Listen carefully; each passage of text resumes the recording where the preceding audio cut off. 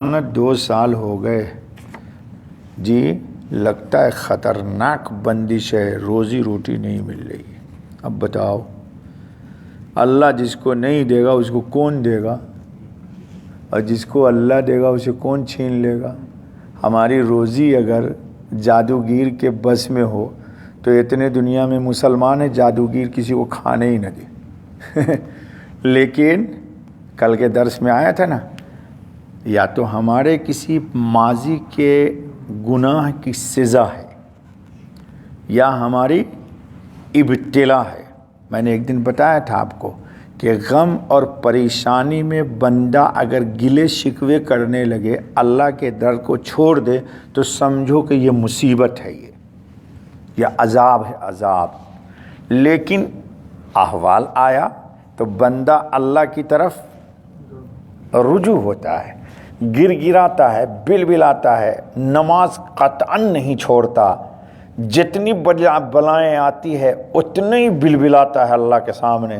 سمجھو کہ یہ آپ پر رحمت ہے، اللہ آپ کو چیزوں سے کاٹ کے اپنی ذات سے جوڑنا چاہتی ہے۔ لیکن یہ راز لوگ نہیں سمجھتے جی، لوگ سمجھتے صرف پراٹھا کھائیے، بریانیاں اڑائیے اور بیل باٹم پہنیے، برانڈڈ جوتا پہنیے، اللہ بہت خوش ہے۔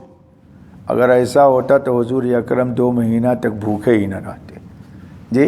ہم نے سمجھا ہوا ہے کہ اللہ کی خوشی کی دلیل یہ ہے کہ خوب مال میٹیریل ملے، نہیں دوستو، ہماری تقدیر کا لکھنے والا، اور تقدیر پیدائش سے پہلے لکھی تو جادوگر وہیں چلا گیا تقدیر لکھنے، اللہ تعالیٰ کا قلم پکڑ لیا تھا کیا اس نے؟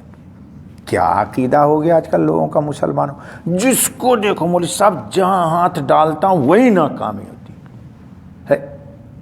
ارے تمہاری ماں کی پیٹ میں پیدائش سے پہلے اللہ نے تقدیر لکھی، آدم علیہ السلام کی تخلیق سے 50,000 سال پہلے اللہ نے تقدیر لکھ دی ہے۔ اب خامخواہ کے لیے عقیدہ خراب کر رہے ہو، 1000 دروں پہ جا رہے ہو، کھٹکھٹا رہے ہو، اور جس کے در پہ سب کچھ موجود ہے اس کے در پہ نہیں آ رہے ہو۔ اے دوستو، یہ کیا ہے؟